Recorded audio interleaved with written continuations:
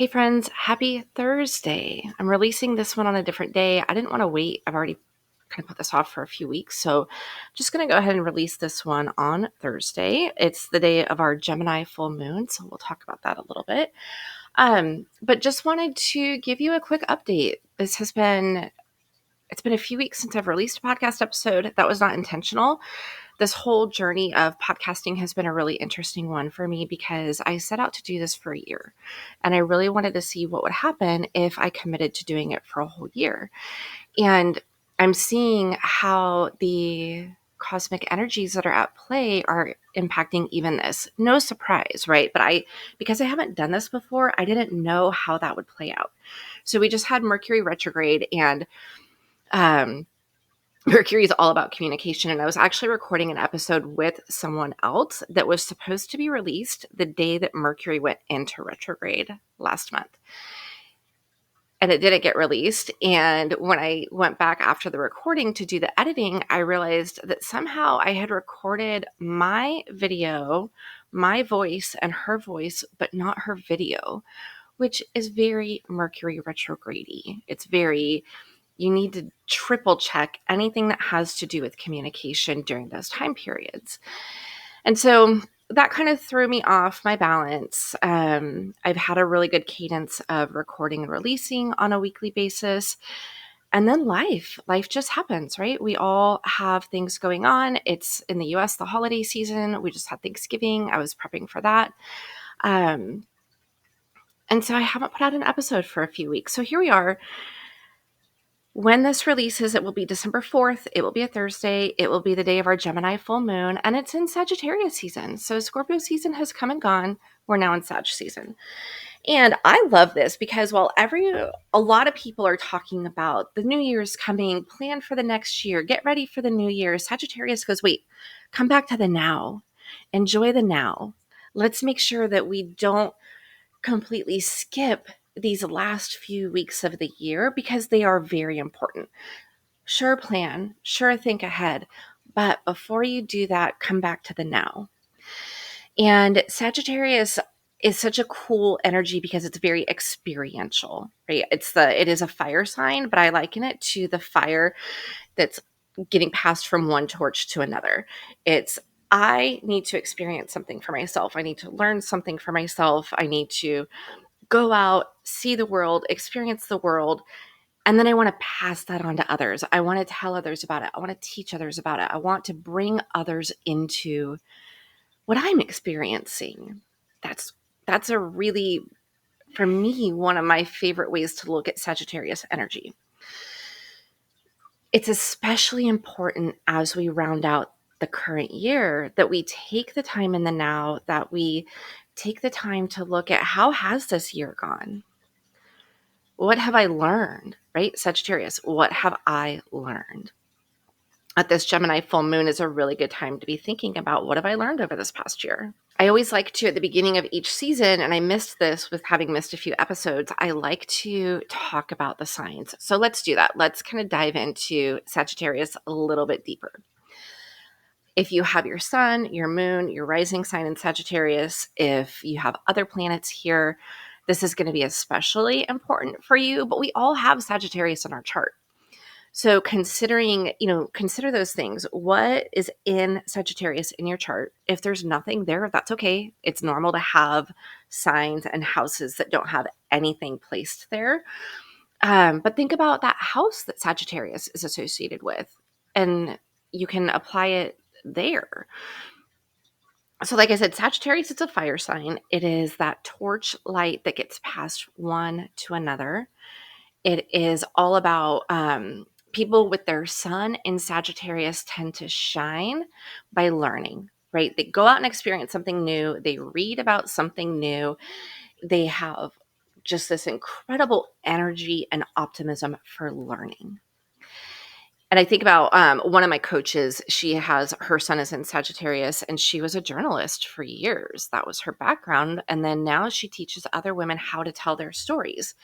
And that is very, very Sagittarius. That is very much, I want to go out and learn. I want to dig up the stories. I want to then help others to do the same. That's Sagittarius. For those with their moon in Sagittarius, you have to be able to seek and seek for yourself.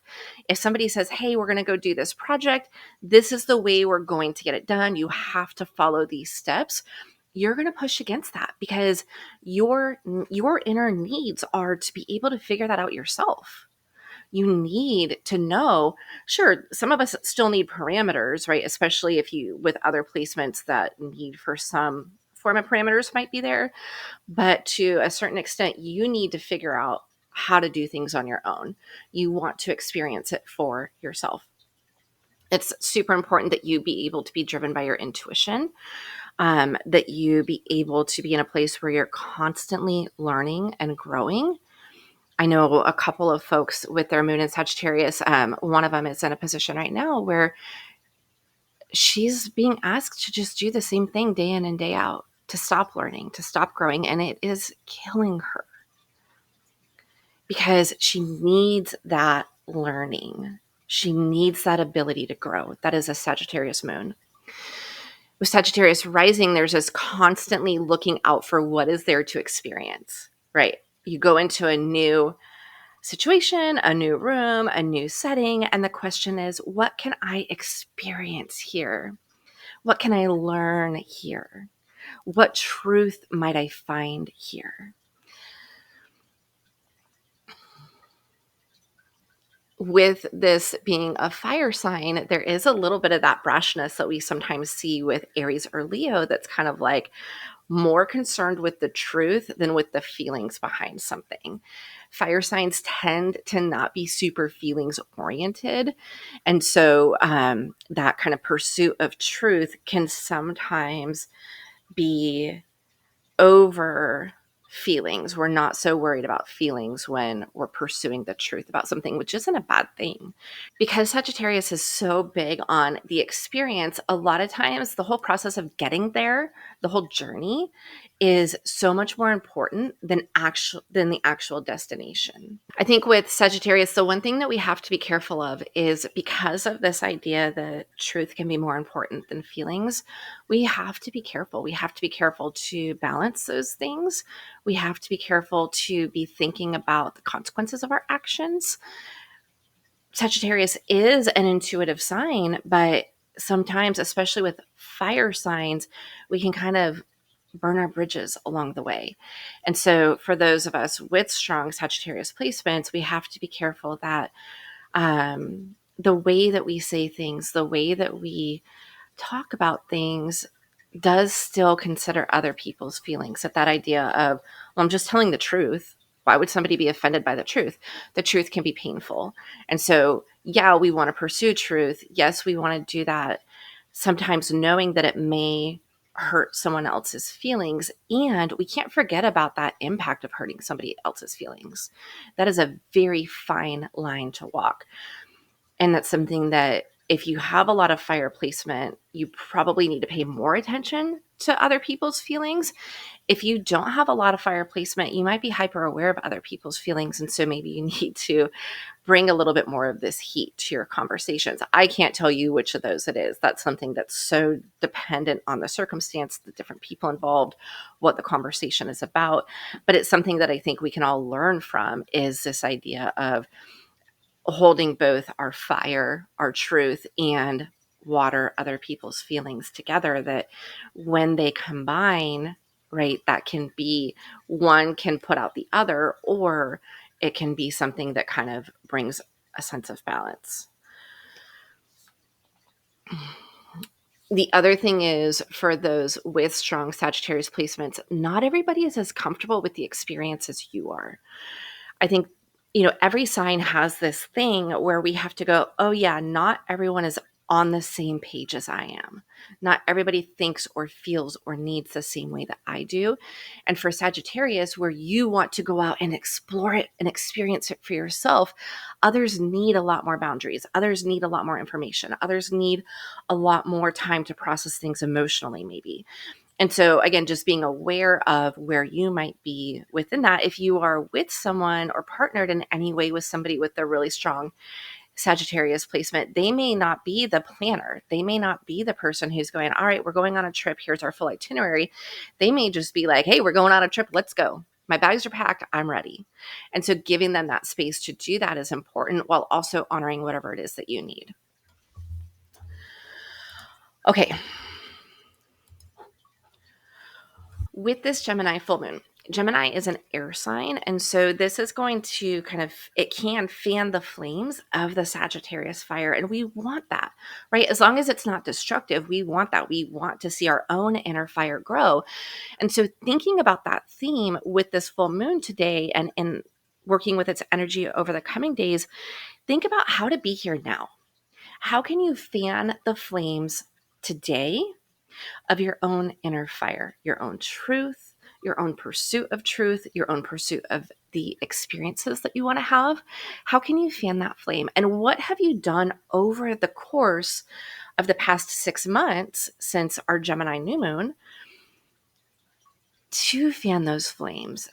Think through these things. Gemini isn't, with it being an air sign, it's a lot about our thought processes. It's a lot about how we learn. Sagittarius is the act of learning, and Gemini is the how. Gemini is very playful. These are such a cool energy when we bring them together, especially in the holiday season that can be so stressful for so many of us. Really leaning into these energies is going to be, I think, to our benefit. We were just doing some family things that have historically been incredibly challenging and stressful for me. And as we were getting ready to go, I was doing some journaling. And what I really came down to was I need to be open to the joy that can be present in this. No, it's not going to be perfect. Yes, there's opportunity for stressors. But can I be open to the joy that can be brought through this experience?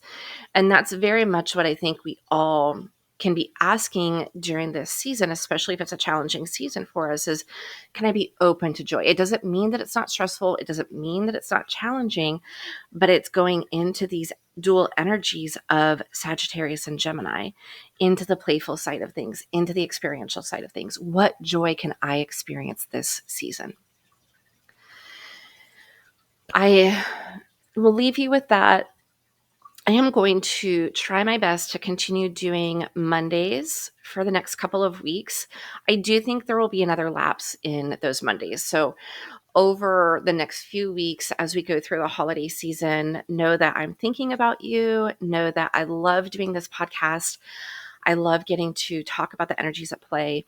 And life is life right now. So I'm going to do my best to keep this a little more consistent. But especially as we get closer to Christmas and we have a lot of family in town at New Year's, I will probably take a little break for there. So if you don't see any new episodes for a week or two, don't worry. I haven't dropped off the face of the earth. I'm still here. It's just going to be a little bit less consistent than it has been. So I'm giving myself permission for that right now. If you want to know more about working with your own signs, I've got a couple of resources for you. One is the Cosmic Confidence self-paced guidebook. If you have not downloaded that yet, do it. It is free. It is a beautiful guidebook to finding your sun, moon, and rising sign. If you've never pulled your chart before, it literally walks you through how to do that, how to figure out what your signs are, and then a little bit of information about each one. So if you haven't pulled that up yet, do that today. Like I said, that is free. And you can find that at mosttrueyou.com/guide, mosttrueyou.com/guide. And I'll put that in the show notes. Then if you want to go deeper in your chart, I actually have 2 readings. One of them is a mini reading. I have historically only offered this at in-person events, but now I'm offering it kind of on an ongoing basis. This is one that I do. It's a recording. I send it to you within a week of you purchasing it. And I just go through in detail your sun, moon, and rising sign. I talk about where they are in your chart, what houses they're in, why that's important. We talk about some of the different continuums of energy for each one, the shadow and the light sides of those, and how to work with that. It's a really, really cool way to dive into your chart without getting overwhelmed if it's new. You can also buy it as a gift for someone else. So if you're looking for a really cool, meaningful gift, get the mini reading. That's available on my website, mostforyou.com/readings. You can get it there. And then the other one is if you want a more full reading or a year ahead reading. Those are two different ones. The more full reading looks at all of the placements in your chart. We look at, there's other things that we look at as well. It's much more in depth. It's usually like an hour, where the mini reading is like 20 minutes. And that one is done in person. We do it via Zoom. So you have the opportunity to ask questions, to talk through it as we go. The year ahead reading is such a cool thing, whether you want it for the current calendar year or for a birthday year. We look at really what you need to be aware of astrologically in terms of what energies are at play on a month-to-month basis. It is such a cool way to not only go deeper with your chart, but know how to work with the energies that are coming in the next year, whatever that year interval looks like. Okay, those are all ways to go deeper. They're all available on the website, mostforyou.com/readings. I would love to get to do this for you, for your people. Like I said, the mini readings are an awesome, awesome gift to give to people. Okay, friend, I look forward to hearing from you. If something in this episode stood out to you, let me know. Send me an email. I always love that. As always, many, many blessings to you, my friend.